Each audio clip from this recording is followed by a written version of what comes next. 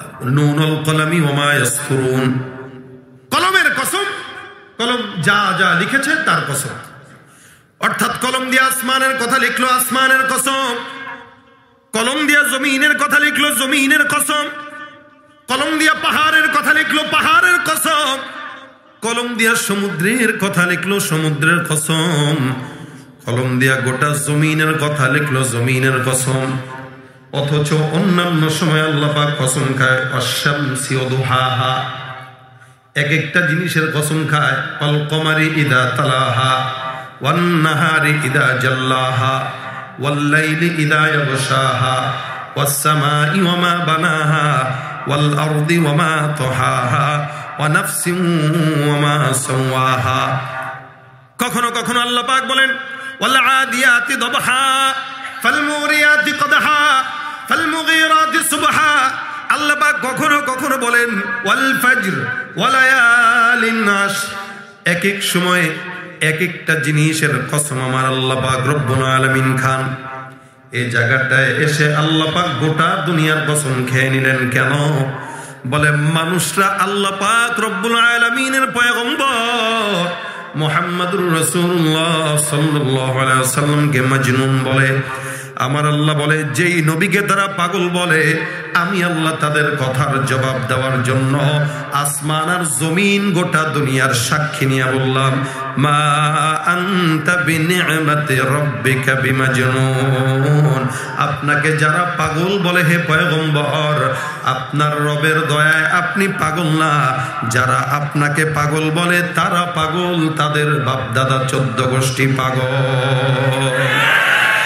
এতটুকুন কথা বলার জন্য আল্লাহ পাক সারা দুনিয়ার কসম খাইলেন। আল্লাহ রাব্বুল বলেন ওয়াল কলামি ওয়া মা ইয়াসতুরুন মা আনতা বিনি'মাতি রাব্বিকা বিমাজনুন। আসমান জমিনের কসম খায়া আল্লাহ পাক ডাক দিয়া বলে হে রাসূল, আপনি আপনার রবের দয়ায় পাগল না। আপনাকে যারা পাগল গোটা বিশ্ববাসী দেখবে তারা পাগল, আপনাকে যারা পাগল বলে তারা পাগল, আপনিও দেখবেন তারাও দেখবে। আল্লাহ পাক 2 আয়াত পরে ডাক দিয়ে বলেন ফাসাতুবসিরু ওয়া ইউবসিরুন বিআইকুমুল মাফতুন। এই জমিনে 1400 বছর পার হয়ে গেল, এখন পর্যন্ত একটা মানুষ দাঁড়ায় বলেন তো এই জমিনে এমন কোন মানুষ আছে যার নাম আবু জাহেল? পাবেন নাকি? বলেন তো আমার দাদার নাম ছিল আবু জাহেল, ছিল? আবু জাহেল আমার মুহাম্মাদের নাম মিটায় দেওয়ার জন্য চেষ্টা কম করে নাই। আল্লাহ পাক বলে আমি আমার মুহাম্মাদের নাম নিশানা মিটায় রাখবো, মিটাবো না, জমিনের মধ্যে টিকাবো। আর যেই আবু জাহেল আমার হাবিবের নাম নিশানা মিটায় দিতে চায়, আমি আল্লাহ ওই আবু জাহেলের বংশও রাখবো না। এই জন্য গোটা দুনিয়ার মধ্যে একটা বেঈমানও নাই যার নাম আবু জাহেল, আর মুসলমানের এমন কোন বান্দা নাই যার নাম মুহাম্মদ হয় না। আপনার আমার নাম শুরুতে মোহাম্মদ আছে না নাই? এটা আমার নবীর উম্মতের শান। আল্লাহ বলে এরা যারা পাগল আমার পয়গম্বরকে বলেছে, দেখায় দিলাম গোটা দুনিয়া দেখছে ফিতনাবাজ তারা ছিল, যার কারণে নাম নিশানা মিটায় দিলাম। শুধু তাই নয়, মক্কায় আল্লাহর নবী সাল্লাল্লাহু আলাইহি ওয়াসাল্লামকে কষ্ট দেন ওয়ালা আবু জাহেলের বাড়িটাও আমার আল্লাহ পাক মুসলমানদের টয়লেটে রূপান্তরিত করে দিয়েছে। হাজী সাহেবরা আর কিছু হোক বা না হোক, যাওয়ার পর একটা মনের তামান্না থাকে ওখানে ছাড়বো।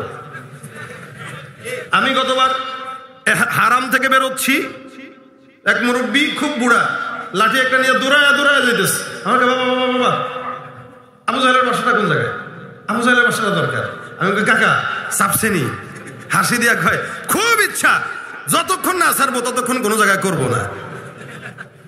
আমি এদিক দিয়ে যাবেন দেখবেন আছে।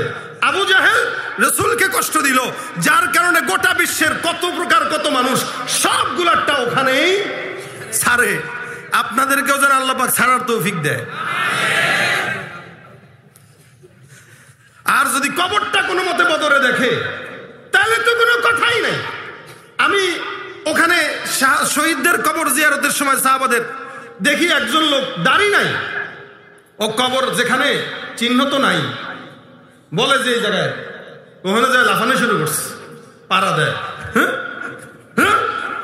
একজন থামাই দিছে, কার পারলে কিছু দেন, এটারে আরো মারি। ওকে কেন? ভাই মনের ভিতরে খুব স্বাদ ছিল, এটারে পাড়া দিব, ওখানেও সেরে আসছি আর এখানে পাড়াই দিচ্ছি।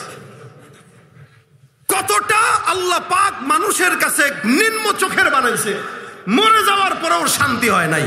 আর যে যত বড় শয়তান, ওর মৃত্যু তত বেশি খারাপ অবস্থায়।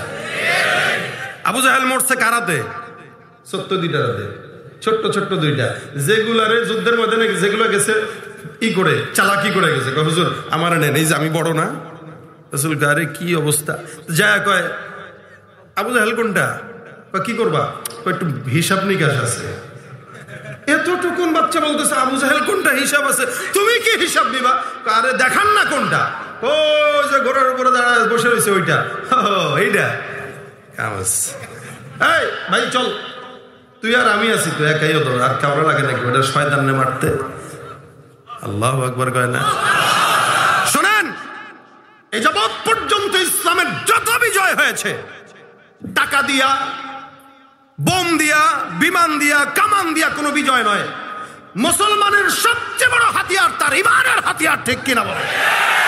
যতক্ষণ ইমান থাকবে মুসলমানের জাতিকে কেউ সাহস নাই পরাজিত করবে। কি হবে নামাজ রোজা ইমানদারির বড়াই করে, যদি ওই খোদার কোরআন নর্দমাতে থাকে পড়ে। কি হবে নামাজ রোজা ইমানদারির বড়াই করে, যদি ওই খোদার কোরআন নর্দমাতে থাকে পড়ে। মসজিদের কোণে বসে জিকির যত করই কোষে, মসজিদের কোণে বসে জিকির যত করই কোষে, এভাবে যায় না পাওয়া আল্লাহকে। কি হবে বেঁচে থেকে অযথা বিদ্যা শিখে, যদি না গড়তে পারি শোষণবিহীন সমাজটাকে, ঠিক কিনা? ইমানের পাওয়ার দরকার আছে না নাই? আমাদের দেশের ধনী ব্যক্তিরা যদি এরকম করে এক একটা বড় বড় প্রতিষ্ঠানের চিন্তা করে, তো ইনশাআল্লাহ ধনীদের টাকা ইসলামের পথে খরচ হবে। আমাদের দেশে তো যারা বড়লোক হয়, এরা আঙ্গুল ফুলে কলা গাছ হয়ে, এদের টাকা দিয়ে এরা ক্যাসিনো করতে যায়, এদের টাকা এরা ক্লাব করতে যায়। তো এই সমস্ত শিল্পপতিদের টাকা যদি দ্বীনের জন্য খরচ হয়, এতে দ্বীনের ফায়দা, ঠিক কিনা? আল্লাহ পাক যেন এই মাদ্রাসাকে কবুল করে, বলেন আমিন। প্রথম বার্ষিক মাহফিল, আসলে মানুষ যত বড় তার কাজ কারবারও বড়। এটা কি কেউ বুঝবে? প্রথম মাহফিল, আলহামদুলিল্লাহ, আল্লাহ পাক আরো নূর চমকায় দেখ। আমি আপনাদের সামনে সূরাতুল কলমের প্রথম কয়েকটা আয়াতে কারিমা তেলাওয়াত করেছি। এই আয়াতগুলোর অনুকূলে আমি কিছু কথা বলবো ইনশাআল্লাহ। আপনারা কি এতক্ষণ পর্যন্ত আলোচনা শুনতে শুনতে ক্লান্ত হয়ে গেছেন? সজাগ আছেন তো? ডানে বামে সামনে পিছনে সবাই মিলে বলেন নারায়ে তাকবীর। আমি কি নারায়ে তাকবীর বলতে বলছি না আল্লাহু আকবার দিতে বলছি? জোরে বলেন নারায়ে তাকবীর। যতক্ষণ আমি আছি, যদি আওয়াজ স্বতঃস্ফূর্ত থাকে, তাহলে ওয়াজও হবে, ফাঁকে ফাঁকে আমার অন্য যে পরিচয় বলেছে ওইটাও হবে ইনশাআল্লাহ। তবে আপনাদের স্বতঃস্ফূর্ত আওয়াজ লাগবে। রাজি আছেন? কষ্ট হবে না তো ইনশাআল্লাহ? কারণ আমি জানি আজকের এই মাহফিলের যাদের পোস্টারে নাম আছে, আমি যেই সালাদটা দিব এই সালাদটা ইনারা কেউ দিবে না আপনাদেরকে। তো সুতরাং বিরিয়ানি সালাদ দিয়ে খেতে একটু মজা লাগে। আমি বিরিয়ানিও দেব, ফাঁকে ফাঁকে কিছু সালাদও দেব ইনশাআল্লাহ। আমি যেই সূরার শুরু থেকে তেলাওয়াত করেছি, এই সূরাটা আল্লাহ পাক রব্বুল আলামিন আমার মুহাম্মদুর রাসূলুল্লাহ সাল্লাল্লাহু আলাইহি ওয়াসাল্লামকে গিফট করেছেন। নবী করিম সাল্লাল্লাহু আলাইহি ওয়াসাল্লাম আমাদের প্রাণের নবী, আমাদের অন্তরের অন্তঃস্থল থেকে আমরা যাকে ভালোবাসি, ভালোবাসাটা শুধু অন্তর থেকে নয়। এ কথা বললেও ভুল হবে না, রাসূলের জন্য যদি আমাদের একাধিকবার শাহাদাত বরণ করা লাগে, আমরা সেটাও করতে রাজি। আপনারা কি রাজি কিনা? রাসূলের জন্য জীবন দিতে হলে স্কুল কলেজ ভার্সিটি মাদ্রাসার কোনো দেখা দরকার নাই। একটা স্কুলের ছাত্রকেও যদি তার যার সামনে আমার রাসূলকে কেউ আঘাত দিয়ে কথা বলে, আমি বিশ্বাস করি ওই ছেলেটাও বসে থাকবে না, প্রতিবাদ করবে। হ্যাঁ, এটাই আমাদের ঈমানের অঙ্গ। হুব্বে রাসূল একটা মানুষের ঈমানের অঙ্গ। হুব্বে রাসূল যার মধ্যে নাই, ও মুমিন হতে পারে না। ঠিক কিনা বলেন? এটা আমাদের ঈমানের অঙ্গ। আল্লাহ পাক রব্বুল আলামিন সেই নবীর উম্মত আমাদেরকে বানিয়েছেন, যেই নবী দুনিয়াতে সব নবী আসার আগেও নবী ছিলেন, সব নবী বিদায় হওয়ার পরেও নবী আছেন। রাসূল সাল্লাল্লাহু আলাইহি ওয়াসাল্লাম বলেন, আনা নবিয়ুল আউয়ালিন ওয়াল আখিরিন, আমি শুরুর নবী, শেষের নবী।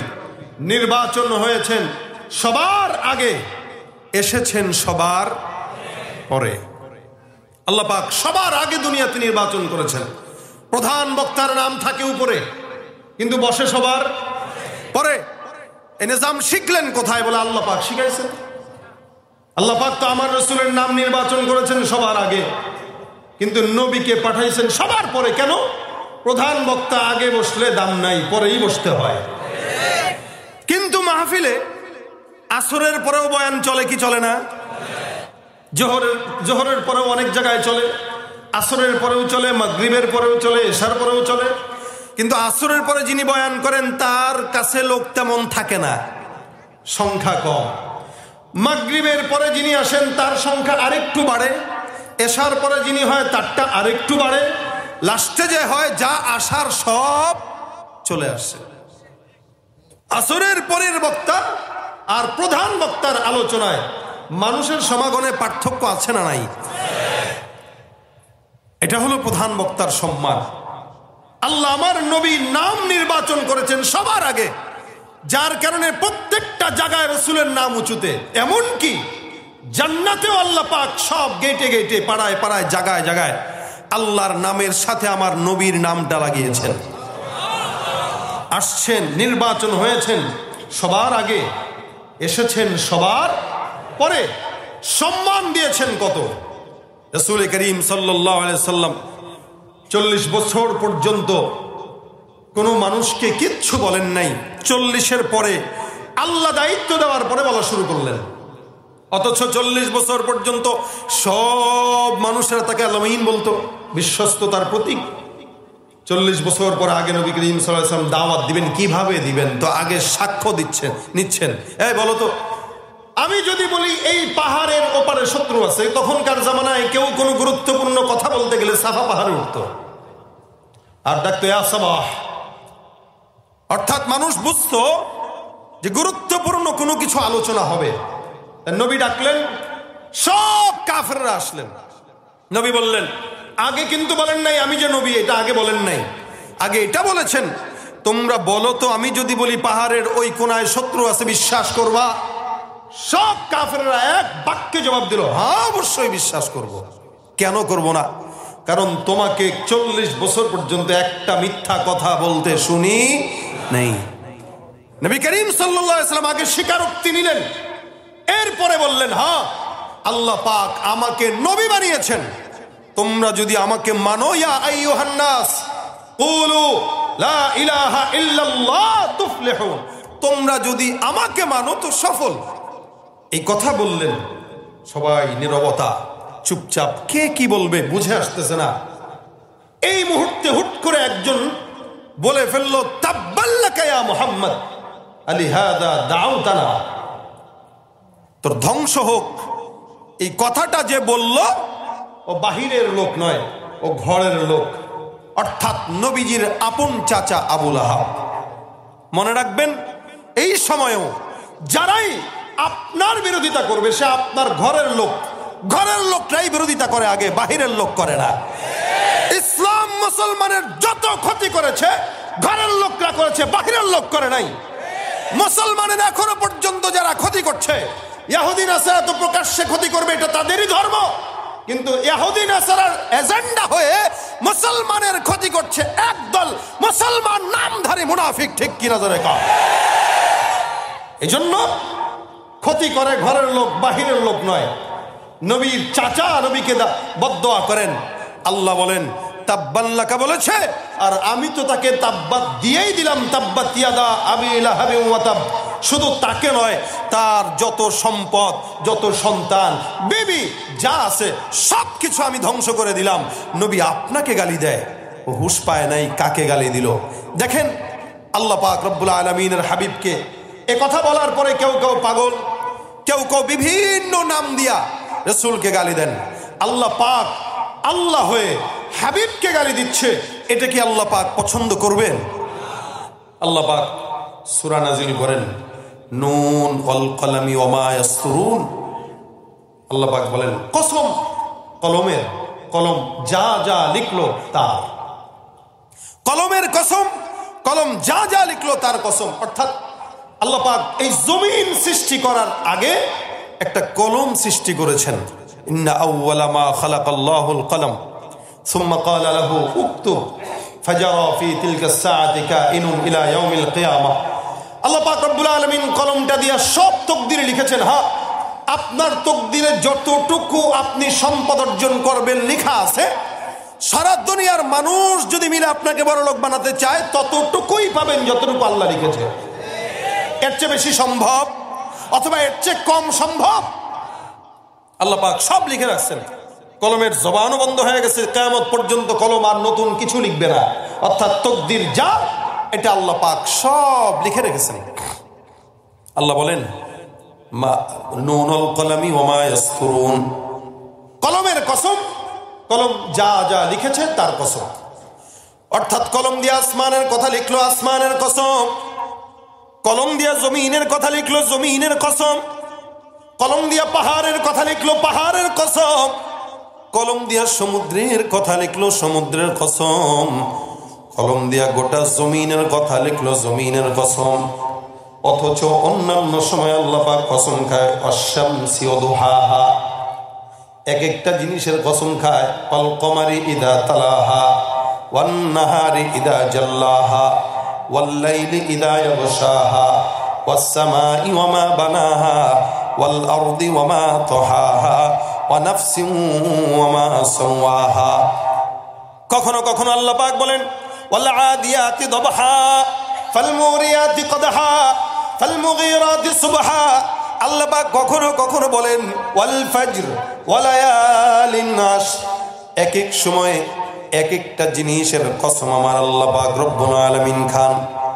এই জায়গাটায় এসে আল্লাহ পাক গোটা দুনিয়ার কসম খেয়ে নিলেন কেন? বলে মানুষরা আল্লাহ পাক রব্বুল আলামিনের পয়গম্বর মুহাম্মদুর রাসূলুল্লাহ সাল্লাল্লাহু আলাইহি ওয়াসাল্লামকে মাজনুন বলে। আমার আল্লাহ বলে যেই নবীকে তারা পাগল বলে, আমি আল্লাহ তাদের কথার জবাব দেওয়ার জন্য আসমান আর জমিন গোটা দুনিয়ার সাক্ষী নিয়ে বললাম মা আনতা বিনি'মাতি রাব্বিকা বিমাজনুন। আপনাকে যারা পাগল বলে হে পয়গম্বর, আপনার রবের দয়ায় আপনি পাগল না। যারা আপনাকে পাগল বলে তারা পাগল, তাদের বাপদাদা 14 গোষ্ঠী পাগল। এতটুকুন কথা বলার জন্য আল্লাহ পাক সারা দুনিয়ার কসম খাইলেন। আল্লাহ রাব্বুল বলেন ওয়াল কলামি ওয়া মা ইয়াসতুরুন মা আনতা বিনি'মাতি রাব্বিকা বিমাজনুন। আসমান জমিনের কসম খায়া আল্লাহ পাক ডাক দিয়া বলে হে রাসূল, আপনি আপনার রবের দয়ায় পাগল না। আপনাকে যারা পাগল গোটা বিশ্ববাসী দেখবে তারা পাগল, আপনাকে যারা পাগল বলে তারা পাগল, আপনিও দেখবেন তারাও দেখবে। আল্লাহ পাক 2 আয়াত পরে ডাক দিয়ে বলেন ফাসাতুবসিরু ওয়া ইউবসিরুন বিআইকুমুল মাফতুন। এই জমিনে 1400 বছর পার হয়ে গেল, এখন পর্যন্ত একটা মানুষ দাঁড়ায় বলেন তো এই জমিনে এমন কোন মানুষ আছে যার নাম আবু জাহেল? পাবেন নাকি? বলেন তো আমার দাদার নাম ছিল আবু জাহেল, ছিল? আবু জাহেল আমার মুহাম্মাদের নাম মিটায় দেওয়ার জন্য চেষ্টা কম করে নাই। আল্লাহ পাক বলে আমি আমার মুহাম্মাদের নাম নিশানা মিটায় রাখবো, মিটাবো না, জমিনের মধ্যে টিকাবো। আর যেই আবু জাহেল আমার হাবিবের নাম নিশানা মিটায় দিতে চায়, আমি আল্লাহ ওই আবু জাহেলের বংশও রাখবো না। এই জন্য গোটা দুনিয়ার মধ্যে একটা বেঈমানও নাই যার নাম আবু জাহেল, আর মুসলমানের এমন কোন বান্দা নাই যার নাম মুহাম্মদ হয় না। আপনার আমার নাম শুরুতে মুহাম্মদ আছে না নাই? এটা আমার নবীর উম্মতের শান। আল্লাহ বলে এরা যারা পাগল আমার পয়গম্বরকে বলেছে, দেখায় দিলাম গোটা দুনিয়া দেখছে ফিতনাবাজ তারা ছিল, যার কারণে নাম নিশানা মিটায় দিলাম। শুধু তাই নয়, মক্কায় আল্লাহর নবী সাল্লাল্লাহু আলাইহি সাল্লামকে কষ্ট দেন ওয়ালা আবু জাহেলের বাড়িটাও আমার আল্লাহ পাক মুসলমানদের টয়লেটে রূপান্তরিত করে দিয়েছে। হাজী সাহেবরা আর কিছু হোক বা না হোক, যাওয়ার পর একটা মনের তামান্না থাকে ওখানে ছাড়বো। আমি গতবার হারাম থেকে বেরোচ্ছি, এক মুরব্বী খুব বুড়া লাঠি একটা নিয়ে দৌড়ায় যেতেছে। আমাকে বাবা বাবা বাবা আবু জাহেলের বাসাটা কোন জায়গায়? আবু জাহেলের বাসাটা দরকার। আমি কাকা চাপছেনি, হাসি দিয়া কয় খুব ইচ্ছা, যতক্ষণ না ছাড়বো ততক্ষণ কোনো জায়গায় করবো না। আমি এদিক দিয়ে যাবেন দেখবেন আছে। আবু জাহেল রাসূলকে কষ্ট দিল, যার কারণে গোটা বিশ্বের কত প্রকার কত মানুষ সবগুলারটা ওখানেই ছাড়ে। আপনাদেরকেও যেন আল্লাহ পাক ছাড়ার তৌফিক দেয়। আর যদি কবরটা কোনো মতে বদরে দেখে তাহলে তো কোনো কথাই নাই। আমি ওখানে শহীদদের কবর জিয়ারতের সময় সাহাবাদের দেখি একজন লোক দাড়ি নাই, ও কবর যেখানে চিহ্ন তো নাই, বলে যে এই জায়গায়, ওখানে যায় লাফানো শুরু করছে, পাড়া দেয়। হ্যাঁ হ্যাঁ, একজন থামাই দিচ্ছে, করো না, কার পারলে কিছু দেন, এটার আরো মারি। ওকে কেন? ভাই মনের ভিতরে খুব স্বাদ ছিল এটারে পাড়া দিব, ওখানেও সেরে আসছি আর এখানে পাড়াই দিচ্ছি। কতটা আল্লাহ পাক মানুষের কাছে নিম্ন চোখের বানাইছে, মরে যাওয়ার পরেও শান্তি হয় নাই। আর যে যত বড় শয়তান, ওর মৃত্যু তত বেশি খারাপ অবস্থায়। আবু জাহেল মরছে কারাতে, ছোট্ট দুইটা রাতে, ছোট্ট ছোট্ট দুইটা, যেগুলারে যুদ্ধের ময়দানে যেগুলো গেছে ই করে চালাকি করে গেছে। হুজুর আমার নেন, এই যে আমি বড় না। রাসূল কয় আরে কি অবস্থা, যায় কয় আবু জাহেল কোনটা? কি করবা? একটু হিসাব নিকাশ আছে। এতটুকুন বাচ্চা বলতেছে আবু জাহেল কোনটা, হিসাব আছে। তুমি কি হিসাব দিবা? আরে দেখান না কোনটা, ও যে ঘোড়ার উপরে দাঁড়ায় বসে রয়েছে ওইটা, এইটা। এই ভাই চল, তুই আর আমি আছি, তুই একাই হতো, আর কাউরা লাগে নাকি? ওটা শয়তানে মারতে। আল্লাহু আকবার কয় না? শোনেন, এই যাবৎ পর্যন্ত ইসলামের যত বিজয় হয়েছে, টাকা দিয়া, বোম দিয়া, বিমান দিয়া, কামান দিয়া কোনো বিজয় নয়। মুসলমানের সবচেয়ে বড় হাতিয়ার তার ইমানের হাতিয়ার, ঠিক কিনা বলে? যতক্ষণ ইমান থাকবে মুসলমানের জাতিকে কেউ সাহস নাই পরাজিত করবে। কি হবে নামাজ রোজা ইমানদারির বড়াই করে, যদি ওই খোদার কোরআন নর্দমাতে থাকে পড়ে। কি হবে নামাজ রোজা ইমানদারির বড়াই করে, যদি ওই খোদার কোরআন নর্দমাতে থাকে পড়ে। মসজিদের কোণে বসে জিকির যত করই কষে, মসজিদের কোণে বসে জিকির যত করই কষে, এভাবে যায় না পাওয়া আল্লাহকে। কি হবে বেঁচে থেকে অযথা বিদ্যা শিখে, যদি না গড়তে পারি শোষণবিহীন সমাজটাকে, ঠিক কিনা? ইমানের পাওয়ার দরকার আছে না নাই? আল্লাহ পাক রব্বুল আলামিন বলেন ফাসাতুবসিরু ওয়া ইউবসিরুন বিআইয়িকুমুল মাফতুন। জমিনের মধ্যে ফিতনা লাগাইলো কারা, এটা সারা দুনিয়া দেখবে। আল্লাহ পাক রব্বুল আলামিন আপনাকে আমাকে দেখাইছে, কিয়ামত পর্যন্ত যত উম্মতরা আসবে আবু জাহেল নাম কেউ রাখার সাহস করবে না। আমার আল্লাহ পাক রব্বুল আলামিন নবীকে কত সম্মান দান করলেন। আল্লাহ পাক রব্বুল আলামিন বলেন, নবী তোমাকে আমি সবার আগে নবী বানাইলাম, সবার পরের নবীটাও তুমি। এই জমিনের মধ্যে আল্লাহ পাক রব্বুল আলামিন কোরআনের মধ্যে যত নবীরা আছে সব নবীদের নাম আল্লাহ পাক যখন বর্ণনা করেন, নাম ধরে ধরে ধরে ধরে বর্ণনা করেন। আল্লাহ পাক কোরআনে আদমকে বলেন ইয়া আদম উসকুন আনতা ওয়া যাওজুকাল জান্নাহ, আদমকেও নাম ধরে ডাকলেন। আল্লাহ পাক বলেন ইয়া যাকারিয়া ইন্না নুবাশশিরুকা বিগুলাম, আল্লাহ পাক যাকারিয়াকেও নাম ধরে ডাকলেন। আল্লাহ পাক বলেন ইয়া ইয়াহইয়া খুযিল কিতাবা বিকুওয়া, আল্লাহ পাক ইয়াহইয়াকেও নাম ধরে ডাকলেন। আল্লাহ পাক ডাক দিয়া বলেন ইব্রাহিম ওয়া ইসমাঈল ওয়া যাল কিফ, আল্লাহ পাক ডাক দিয়া বলেন ইয়া নূহ ইহবিতু বিসালামিন মিন্না। আল্লাহ পাক ডাক দিয়া বলেন ইয়া মূসা লা তাখাফ। আল্লাহ বলেন ইয়া ইব্রাহিম কদ সাদ্দাকতার রুইয়া। আল্লাহ পাক ডাক দিয়া সব আয়াতের মধ্যে সব নবীদেরকে নাম ধরে ধরে বললেন। আল্লাহ পাক রব্বুল আলামিন সব নবীদেরকে নাম ধরে বলার পরেও কোরআনের শুরু থেকে শেষ পর্যন্ত একটা জায়গাতেও কেউ দেখাতে পারবে না আমার পয়গম্বর মুহাম্মদুর রাসূলুল্লাহ সাল্লাল্লাহু আলাইহি ওয়াসাল্লামকে আমার আল্লাহ কোরআনের কোন জায়গায় নাম ধরে শুধুমাত্র ডাকেন নাই। সুবহানাল্লাহ। আল্লাহ পাক সব নবীদেরকে বলেন আদম, ইসমাইল, ইব্রাহিম, ইউনুস, দানিয়েল, জাকারিয়া, ইয়াহইয়া। আল্লাহ পাক সব নবীদেরকে নাম ধরে ধরে ডাকে। আমার নবীকে আল্লাহ পাক নাম ধরে ডাকেন না। নবীর বেলায় যখন আসে আমার আল্লাহ ডাক দিয়ে বলেন ইয়া আইয়ুহান নবী। আল্লাহ পাক রব্বুল আলামিন বলে হে নবী। আল্লাহ পাক অন্য আয়াতের মধ্যে বলেন ইয়া আইয়ুহার রাসূল।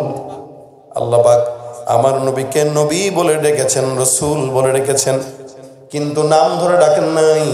চেয়ারম্যান সাহেবকে চেয়ারম্যান সাহেব বলেন, নাম ধরেন না। এমপিকে মন্ত্রীকে এমপি নাম ধরেন, কিন্তু তার ডাক নাম ধরেন না। কেউ যদি চেয়ারম্যানকে নাম ধরে ডাকেও নামের পাশাপাশি অমুক চেয়ারম্যান শব্দটাও লাগায় কি লাগায় না? কেন? এই লকবটা তার সম্মান বহন করে। পীর সাহেবদেরকে দেখলে হযরত, পীর সাহেব হুজুর, অথবা শায়েখ, অথবা মুফতি সাহেব, অথবা মাওলানা সাহেব, এটাই তার লকবটা, তার সম্মান। আমার আল্লাহ পাক একটা জায়গাতেও মুহাম্মদ বলেন নাই, যেখানে মুহাম্মদ বলেছেন তার লকবটাও লাগাইছেন।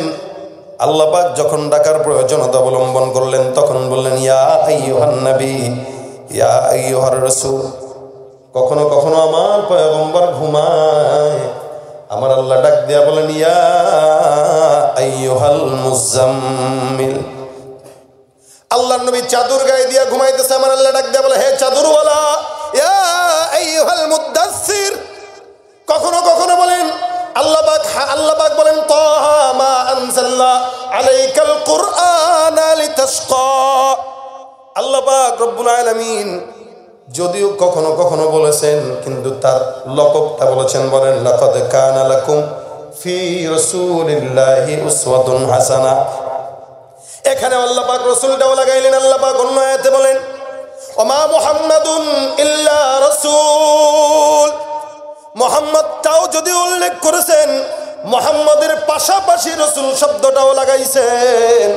আল্লাহ পাক ডাক দিয়া বলেন মুহাম্মাদুর রাসূলুল্লাহ ওয়াল্লাযীনা মাআহু আশিদ্দাউ আলাল কুফফার। আমার আল্লাহ পাক আমার পয়গম্বরকে সম্মান দিতে যায় কোন জায়গায় শুধুমাত্র মুহাম্মদ বলেন নাই। আল্লাহ পাক অন্য আয়াতে বলেন লাকাদ জাআকুম রাসূলুম মিন আনফুসিকুম।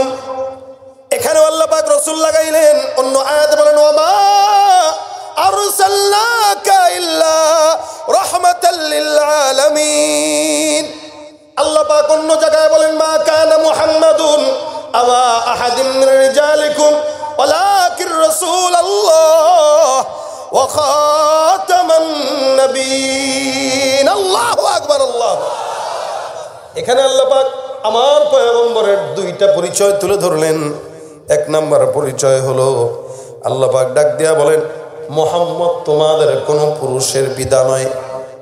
মুহাম্মদের এক নাম্বার পরিচয় ওয়ালাকির রাসূলুল্লাহ, মুহাম্মদ হলো আল্লাহর পয়গম্বর রাসূল। দুই নাম্বার পরিচয় ওয়া খাতামান নবিয়্যিন, এই জমিনের মধ্যে আমি আমার পয়গম্বরকে শেষ পয়গম্বর হিসেবে প্রেরণ করলাম। কিয়ামত পর্যন্ত আর কোন নবী আসার সম্ভাবনা আছে নাকি? জোরে বলেন তো। এরপরেও বাংলাদেশে গোলাম আহমদ কাদিয়ানির দোসররা আছে না নাই? জবানটা খুলে বলেন তো, আমার নবীর পরে কোন নবী আসবে? সম্ভাবনা আছে। যারা আমার নবীর খাতমে নবুয়ত মানে না তারা কি ইমানদার না বেঈমান? এ মুসলমান, গোলাম আহমদ কাদিয়ানি না মুসলমান না কাফের? আরো যারা বলেন মুসলমান না কাফের? যারা নবীকে জোশ নবী মানে না তারা মুসলমান না কাফের? এই জন্য আমরা দীপ্ত কণ্ঠে বলতে চাই, গোলাম আহমদ কাদিয়ানী আর কাদিয়ানীর দোসরেরা নিঃসন্দেহে মুসলমান হতে পারে না। তারা কি কাফের? কাফের।